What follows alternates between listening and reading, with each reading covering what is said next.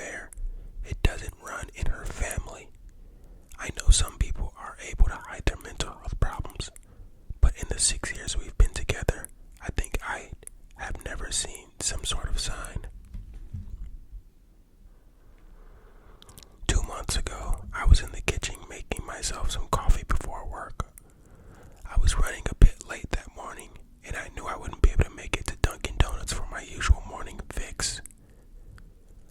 I took a sip of my coffee, and as I hurried down the halls toward the front door, when I happened to notice Lynn peeking at me from around the corner ahead of me. I could only see her eyes and a strand of her long dark hair hanging against the wall. The rest of her body was concealed behind the corner.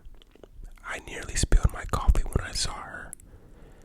I did not burn the stuff out of my lips. "Geez, Lynn," I said, wiping a few drops of coffee from my pants. "You scared me." She immediately popped out, a few like a little kid that had been caught. I heard her scurry off towards the living room, and by the time I got to the front door, she was out of sight. It was really weird, and just totally out of character for her, like I said, but I also found it kind of funny that she was being more playful and a little less serious. I shouted that I loved her and called her a weirdo. As I shut the door behind me, I heard her laughing. Her behavior was a bit odd, but it certainly wasn't something to call a priest over. I forgot about it by lunch, and by the time I got home, she was her normal self. I didn't bring it up, and neither did she, and life went on.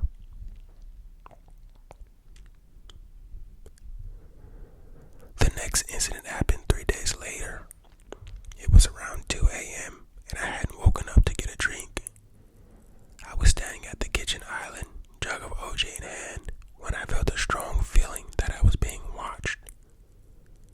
For whatever reason, I looked down at the floor and saw my wife's filing face staring back. She was peeking at me from the other side of the island, staring up at me with wide, unblinking eyes and grinning like the Cheshire Cat. I screamed, I'll admit it, not out of irritation but fear. For some reason at that moment, I was scared. At the sound of my scream, Lynn scuttled backwards out of my view, her hands and feet smacking the tile floor as she hurried out of the kitchen on all fours. I didn't run after her or even yell after her. I just stood there, frozen in shock, wondering what had possessed her to do that. It took me a little longer than I'd like to admit to go back upstairs, but I eventually did. When I got to our bedroom, Lynn was lying on her side asleep, or at least pretending to be. I stood there for a while, watching her, breathing to be sure she really was asleep. I had the feeling she might jump out at me the moment I got into bed, but she didn't. I climbed into bed and she didn't even move. Her breathing was soft and deep, and I was starting to wonder if I dreamt the whole thing. The next morning, I waited for her to come down for coffee, and after handing her a mug and kissing her cheek, I decided to ask her about it. "What was that last night?" I asked, keeping my tone light so I didn't offend or embarrass her. She frowned over a cup of coffee, shaking her head like she had no clue what I was referring to. "You are peeking at me again from over there," I said, pointing to the spot on the floor by the kitchen island. She followed my gaze, and when she looked back at me, she burst out laughing. She laughed so hard that I couldn't help but join her. "You creep me out sometimes, you know that," I said. She giggled and set her cup on the counter and wrapped her arms around my neck. "You creep me out all the time, so I guess we're even," she teased. We said our goodbyes and left for work. As I drove, I kept thinking about how creepy it had been, seeing her grinning at me from behind the island like that. The sounds her hand made on the floor as she crawled away. I told myself she was just trying to be silly, just trying to join me in my love of all things horror.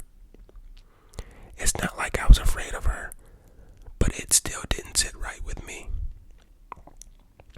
I started seeing her peeking at me more and more. Sometimes she'd be peeking out from behind the couch or living room curtains. Once she even managed to get inside her grandmother's old trunk that sits at the foot of our bed. I might not have even known she was there at all had the trunk's old hinges not given her away. She had the lid propped up just enough so that only half of her face peeked through. She'd been grinning like an excited toddler. It was unnerving. I didn't even know what to say to her. All I could do was stare. When I finally found my voice, I asked her why on earth was she doing this. She didn't answer, but she had slowly closed the lid, shutting herself inside the trunk. I just walked away, feeling disturbed. I didn't understand why she was doing it, but it clearly made her happy.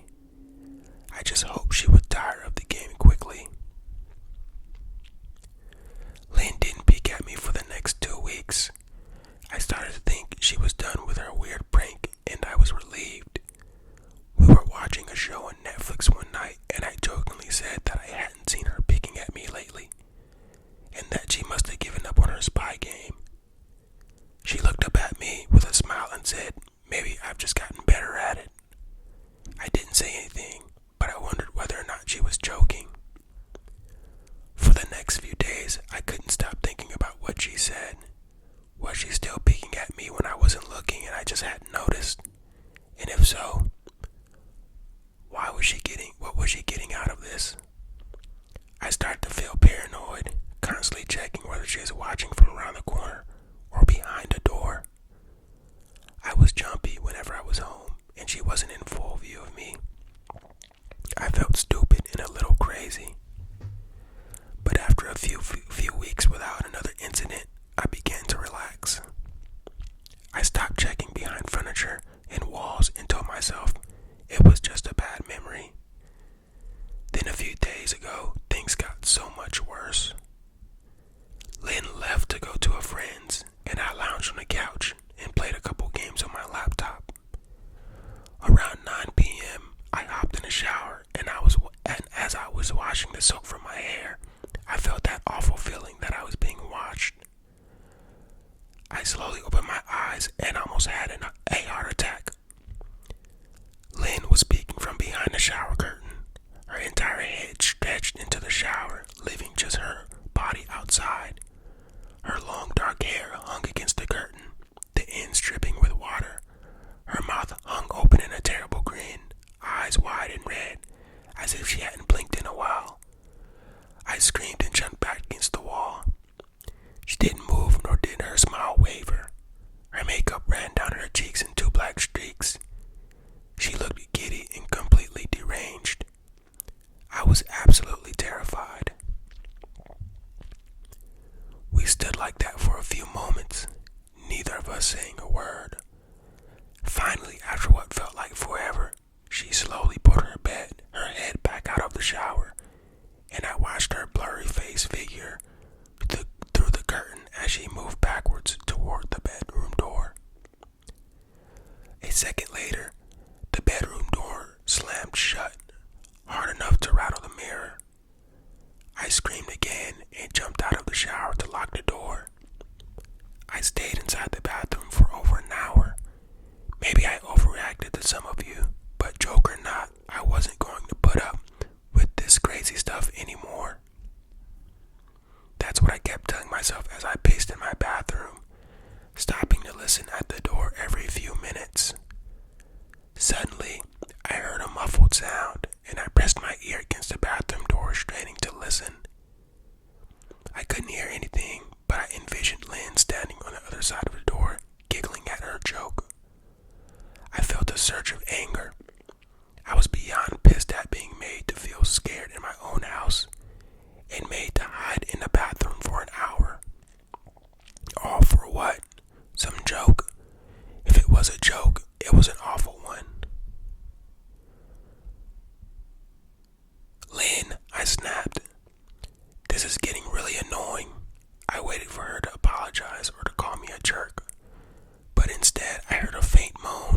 So quiet, I wondered if I heard it at all, and then complete silence. "Lynn," I called out, not able to even hide the shakiness in my voice. I got no response, just my own heavy breathing. "I swear, just stop it," I yelled, pounding my fist on the door. I waited for her to cuss me out, something I would expect from me talking to her like that. I never screamed at her before. But there was nothing, just an occasional drip from the shower head. I won't deny that I was scared, too afraid to open the door and face my own wife. I waited another 30 minutes or so, which feels like a lifetime when you're scared. Finally, I decided I wasn't going to spend a night hiding in my bathroom, so I got down on my knees and peered under the door. I almost expected to see her face peeking back at me, but thankfully I didn't. I could see straight down the hallway to the top of the stairs, but no Lynn. I didn't know if I should be happy about that or not. I looked for a few minutes, waiting to see her head pop up over the top step, but it never came.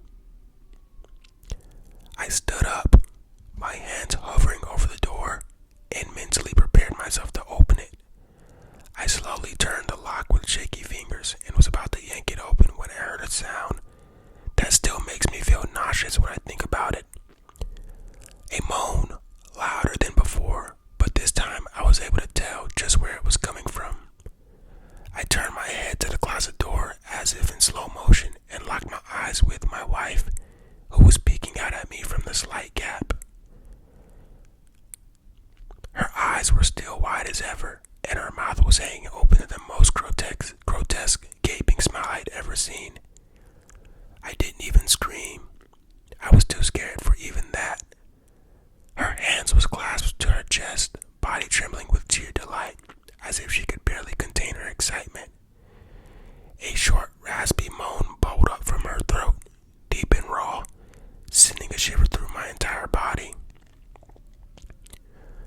Somehow I found the ability to pull the bathroom door open and ran as fast as I could, all the way down the steps, snagging my keys and phone from the table in the living room before running outside to my car. I could hear her shrill laughter behind me, but I didn't hear her getting closer. I didn't bother shutting the front door. I drove away from the house faster than I legally should have, shivering the entire time, either from fear or the cold, maybe a little of both. I hadn't grabbed a coat or even a pair of shoes. I was still in my boxers, and my hair was still damp. I drove straight to my brother Chris's house, about 40 minutes away, ignoring any and every call and text I got. I didn't check my phone until I was safely parked in my brother's driveway. Lynn had called 4 times and sent a flurry of texts, all wondering where I'd gone and why I left like that.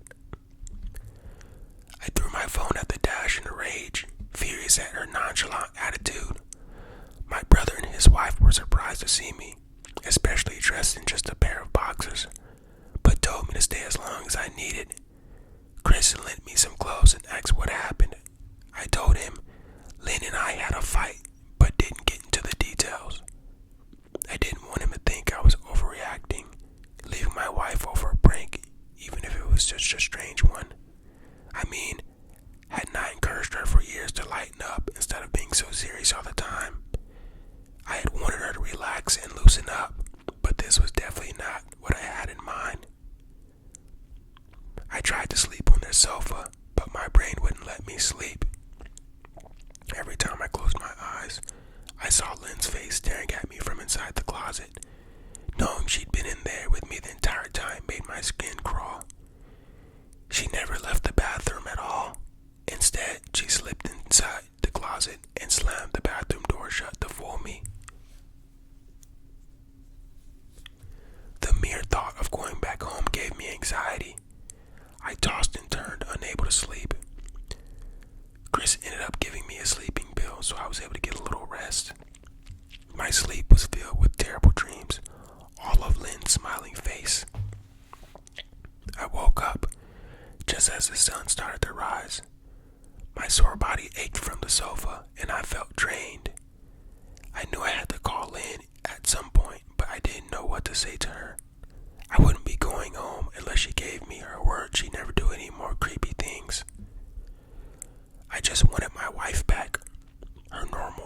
mysterious self never looked so good to me. I was contemplating calling her and telling her that when the familiar feeling came over me. I was being watched. I was staring at the ceiling, my heart in my throat. I didn't want to look away, but the longer I ignored the feeling, the worse it got. My eyes drifted away from the ceiling almost on their own. Her face was pressed up against the window beside the couch, staring down at me with the same gaping smile. Drool dribbled down her lips, leaving 2 long streaks down the glass. I didn't know how long she'd been there, but something told me she'd been there quite a while, possibly all night. I didn't bother screaming, though I was afraid. Anger trumped any fear I felt at the moment. I jumped up from the couch and pounded my palm against the glass. "Lynn, are you crazy? What is wrong with you? Just go home," I shouted. "Now." She didn't move, and her ghastly expression never changed. If anything, her smile only grew, as if she knew she'd been more elated. I could hear Chris and his wife moving around upstairs, as if Lynn could hear them from her place outside. Her head twitched slightly in their direction, and she began to close her mouth slowly. Chris called my name from upstairs, obviously concerned. I turned to see him and his wife, Rebecca, hurrying down the steps. When I turned back to the window, Lynn was gone, and the only sign she'd been there at all was the 2 streaks of drool still dripping down the glass. I tried to explain to Chris and Rebecca about waking up to see Lynn watching me through their window. They were skeptical. Who wouldn't be? Chris and I went outside to the spot in front of the window, but there were no footprints in the dirt, just a slight indent. Animal probably, Chris guessed, and I didn't argue. He and Rebecca assumed I dreamt the entire episode, but they didn't understand, and I was too tired to explain it to them. I called out of work that day and turned my cell off. I didn't want to face Lynn. Just talking to her was too much for me at that point. I really started to believe something was irreversibly wrong with her. That no matter what promises she made, we'd never be the same again. The thought saddened me to my core. I cried most of the morning. By noon, I figured I was ready to confront her, give her one last chance to explain herself. I could at least give her that after 6 years, I told myself. I turned my phone on and saw the dozens of texts she sent, all from a seemingly concerned wife. "Can we talk? I love you. Please call me. I'm really worried. Can you answer me? Just come home." And more of the same. All texts telling me she loved me and she wanted me home. How worried she was. Not a thing about addressing the crazy things she pulled. Like she hadn't been acting like a character for a Stephen King book. Even her texts were different. She normally texted novels just to tell me to pick up a loaf of bread. You'd think she'd have more to say to me after her bizarre shenanigans. I know it probably seems childish to some of you who are miles away from the situation. But if you saw the way Lynn had looked at me, how she scampered away on all fours like some wild animal, grinning at me from inside the closet like a lunatic, then I think you'd find my reaction was warranted. I ended up staying with Chris and Rebecca for another night. I didn't wake up yesterday until afternoon, and thankfully, I didn't see Lynn's face watching me through the window. I don't want to pry because it's not my place, but is this fight something that can be mended? Rebecca asked.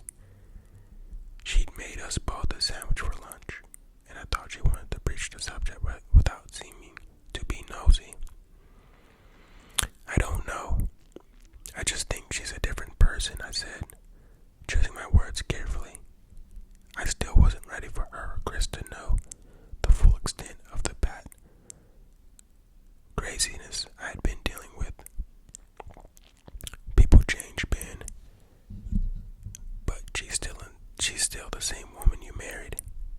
Maybe you both just need to talk about your issues. Whatever's going on, I'm sure it can be fixed, she said. Ever the peacemaker. I think it's beyond that now. I don't think talking would help. I just don't trust her, I said. The words stung in my heart. I missed and loved my wife, but how could I live with someone like that? Living in constant fear didn't sound too appealing.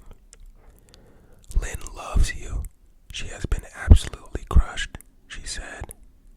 I don't know about that, I said. Well, she certainly seemed like it to me. I've never seen her so upset. Very much unlike the Lynn I know, Rebecca said, shaking her head sadly. It took a full minute for her words to really sink in, and when they did, I felt dread worming its way through my skin.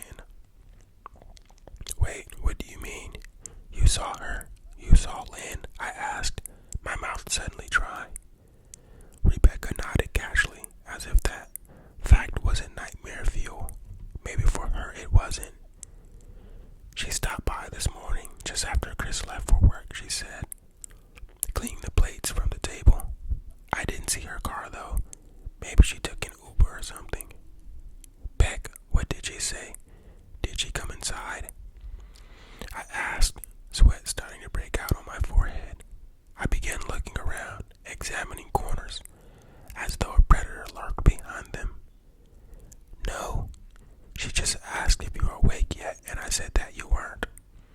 I asked if she wanted me to wake you, but she said no. Just said to let you sleep, she said as she washed the dishes. That's all. She didn't say anything else, I asked. No, she looked awful though, like she hadn't slept in days. I think you should call her. I got up from the table and thanked Rebecca for lunch. I felt a little better at the knowledge that at least she hadn't come inside. Still, I needed to double check that doors were locked. I sat for a while trying to figure out what to do next.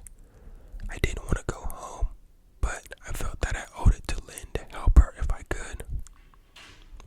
Hadn't I sworn an oath to love and honor her through sickness and in health? Clearly, she was very sick.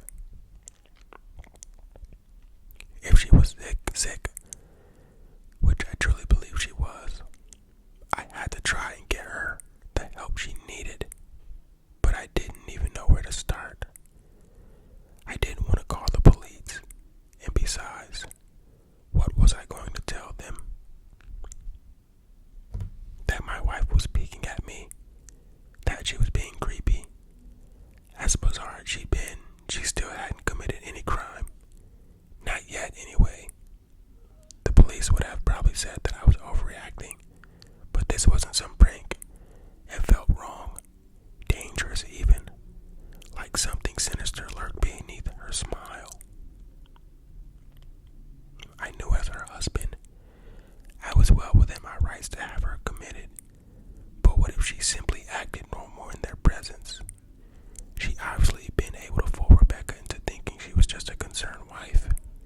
As long as the doctors didn't find her a danger to herself or others, they have no choice but to release her after 72 hours. I felt lost and overwhelmed. So I did what any husband in my position would do. I called her mother. I didn't want to. Believe me. Her mother, Marianne, and I were never on the best of terms. We'd never fought or anything like that.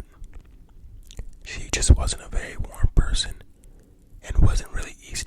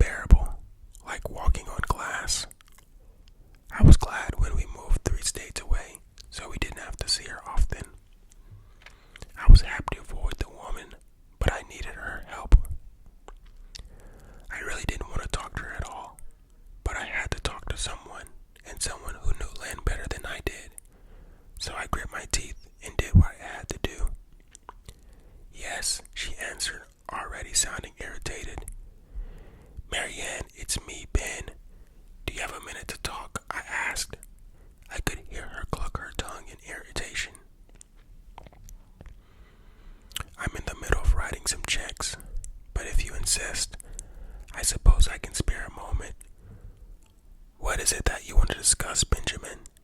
She said. It's about Lynn. She's been acting strangely, and I was wondering if you had any idea whether there was something.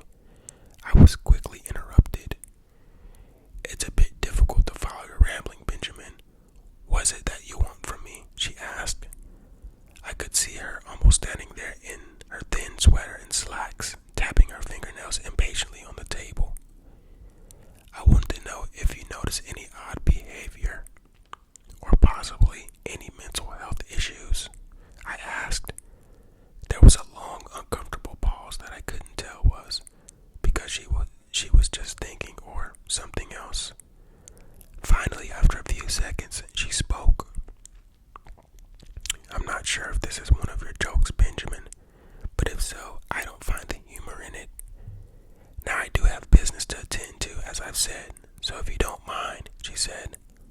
But I cut her off before she could get rid of me. Marianne, this is not a joke. I'm sincerely concerned about Lynn's mental health. Her behavior has been very erratic lately. I'm very worried about her, and I figured, as her mother, you would be as well. I said, my frustration evident in my voice. If you're truly concerned, then I suggest you get the health professionals involved. I don't know what you expect of me, she snapped. I could tell she was seconds away from hanging up, and for some reason, I was desperate not to let her. I had the feeling that she knew a lot more than she was letting on. Please, if not for me, do it for Lynn, I tried. I heard a faint shaky intake of breath as if she were trying to hold her steely persona together but failed. Marianne, what's wrong? I started. Benjamin, I don't know what to tell you. My only advice would be to seek professional help. Do not call here again. Goodbye. I tried to call out to her, but she'd hung up. I tried to wrap my head around the call and her refusal to help me. Even if she didn't like me, why wouldn't she want to help her own daughter? I couldn't understand that. I tried to replay the conversation, desperate to find something I missed. After a while, I almost gave up until I remembered her last words to me. Seek professional help. She'd say those words with a bit of urgency. I could have just been grasping at straws, but no. I was sure her voice had changed ever so slightly when she said that, as if they were very important. What had she meant, I assumed? She'd been referring to medical professionals, but maybe she was referring to someone else, someone that she didn't, for some reason, feel comfortable saying directly, or maybe I was just desperate. I waited for Chris to get home, and after a very long and exhausting conversation with him and Rebecca, I convinced them that Lynn truly needed psychiatric help. I didn't tell them everything. I wasn't prepared to go into it yet, but I told them about our last encounter, how she'd hidden in the bathroom peeking at me from the closet.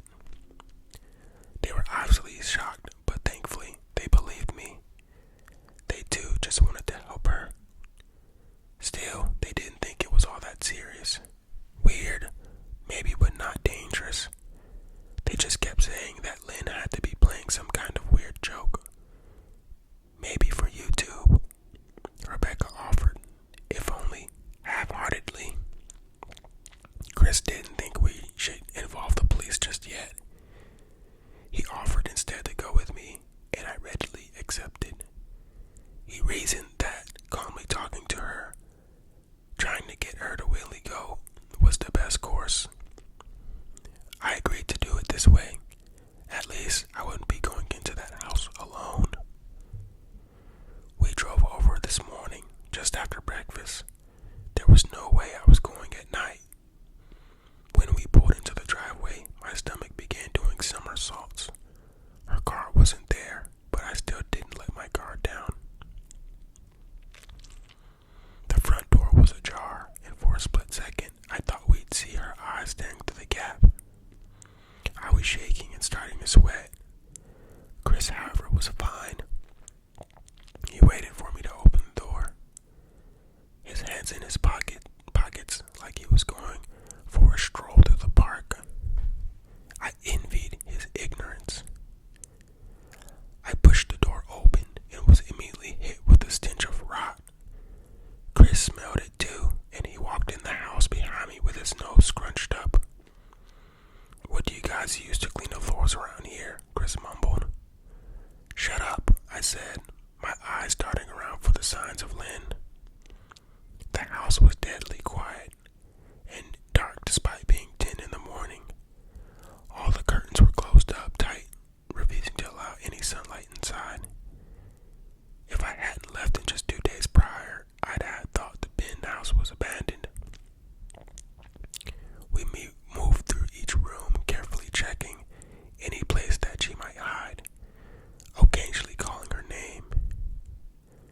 "Why are you looking under the couch?" Chris asked eventually. "Are we looking for your wife?"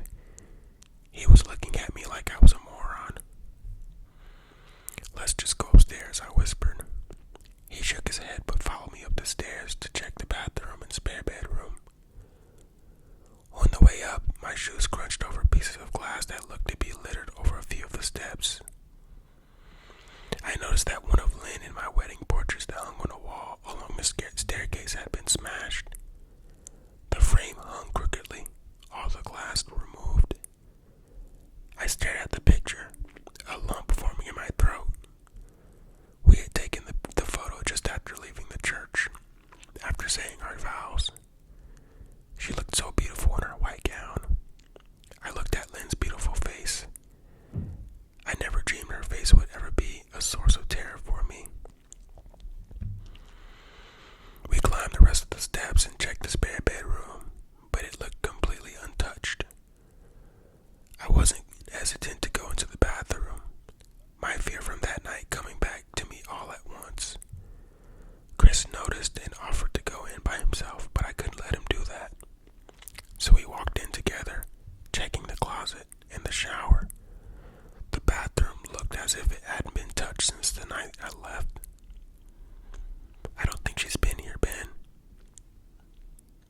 Why don't you pack some clothes and we'll try to come back tomorrow or something?" Chris said. I nodded and went into our bedroom and shoved some clothes into a duffel bag. When I checked inside the closet, I came across a source of a smell and gagged. Chris took one look and lost all color in his face.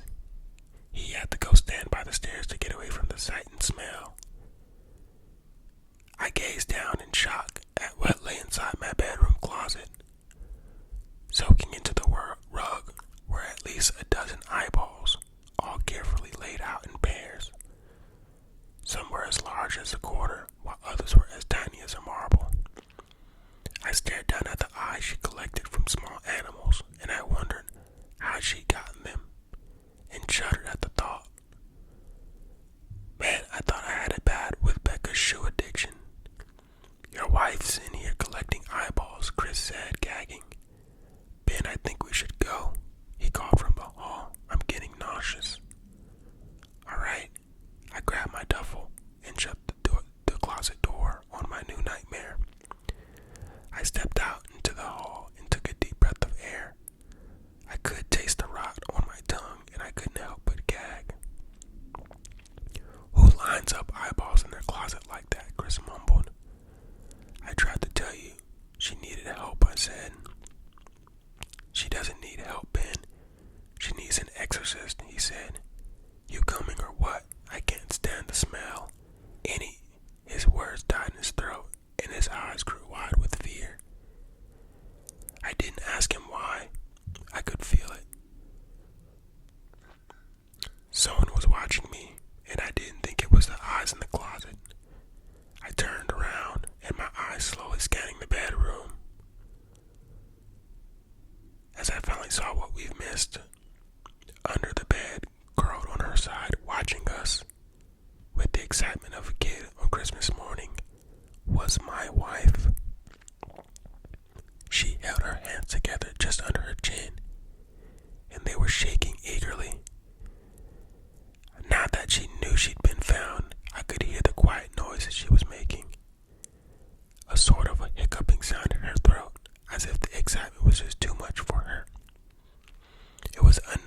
say the least. Wide eyes and that same huge smile.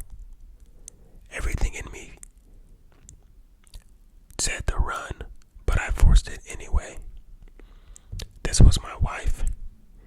No matter how twisted she was still the woman I married. I had to help her. Lynn, I said softly. She didn't respond, but her head bobbed back and forth in two quick little movements, as if she were nodding. Baby, I just want to help, okay? Can you let me do that? I asked. I had taken a single step forward, approaching her like some kind of dangerous animal. I love you, Lynn, I said softly, taking another step closer. She let a tiny moan escape her wide open mouth, and I had to resist the urge to run. Her shoulders were starting to quiver, and her eyes grew as large as saucers. I crouched down so I could see her better, and immediately saw the blood. Her hands was covered in it. They trembled more the closer I got, as if she was barely able to contain herself. Lynn, are you hurt? You're bleeding, I said. She bobbed her head again, her bloody fingers moving up and down as if playing an invisible piano. They occasionally grazed her chin, leaving smears of blood on her skin. I wanted to recoil in disgust. The smell that was coming off of her was revolting. I could feel the vomit trying to climb up my throat. Her lips were dry and stretched thin, blood seeping between the cracks. I knew she would come out of her own, but I didn't want to leave her in the state she was in. I scooted closer and reached out to her. The exciting hiccup sounds got louder, and her hand shook, fingers flexing. It was then that I could see the blood oozing from in between her fingers. Oh my goodness, Lynn, you're bleeding, I said, indistinctly. I reached out to take her hand, but before I could even touch her, her hand sprang out towards me. A sharp pain shot through my arm, and I fell back on my butt. My arm burned, and I could see the blood dripping down onto the carpet. I looked back at her in shock and saw her grinning madly, her fingers clutching a large shard of glass. You alright in there? Chris asked from behind me. I turned my head slightly and nodded to him, cradling my arm to my chest. When I turned back to face Lynn, I saw that her focus had shifted. She wasn't looking at me anymore, and she wasn't smiling anymore either. She was staring past me, her eyes glaring at Chris the way a hungry lion might stare at an antelope. Her mouth was still open, but it was twisted in a snarl. I got to my feet and began walking backwards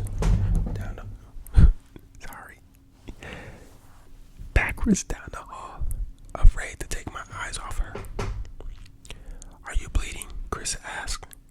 The moment the words left his mouth, Lynn started fast scooting out from under the bed, the glass shard still in her fist. Chris, run, go, I yelled. He must have been too afraid to move because a second later I felt my back bump into him. He was still standing at the top of the stairs, staring at the horror that was my wife. Lynn had crawled completely from under the bed and stood in the bedroom doorway, her face twisted in rage. Her whole body was visibly tense. Blood ran down her fingers and onto the floor.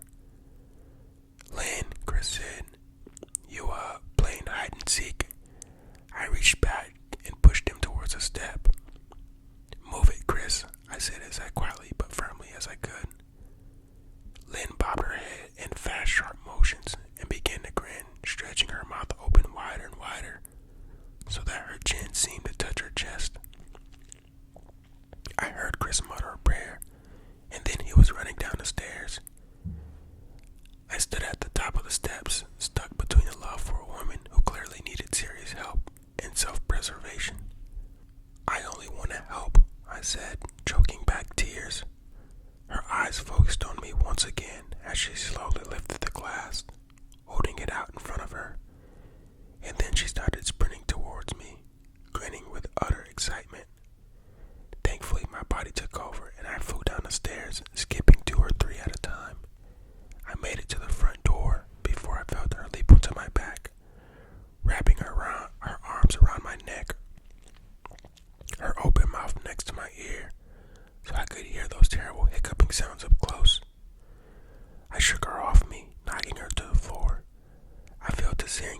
back as she went, but I tore open the front door and bolted to my car. Chris was standing in the front yard talking on the phone with the police. I didn't say a word. I just ran to my car and jumped in. Chris took the hint and followed me, still on the line with the 911. I watched the rear view mirror. Sure, I'd see her there running after us, but I never did. I went straight to the ER and got 11 stitches in my arm and 3 on my back. The police asked a lot of questions and went back to the house to do a search, but of course, Lynn wasn't there.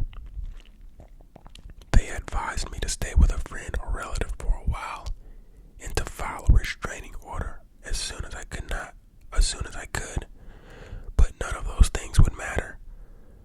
Somehow, I just knew. I dropped Chris off at home and went to a motel an hour away. I wanted to put as much distance between me and Lynn as I could. This is where I've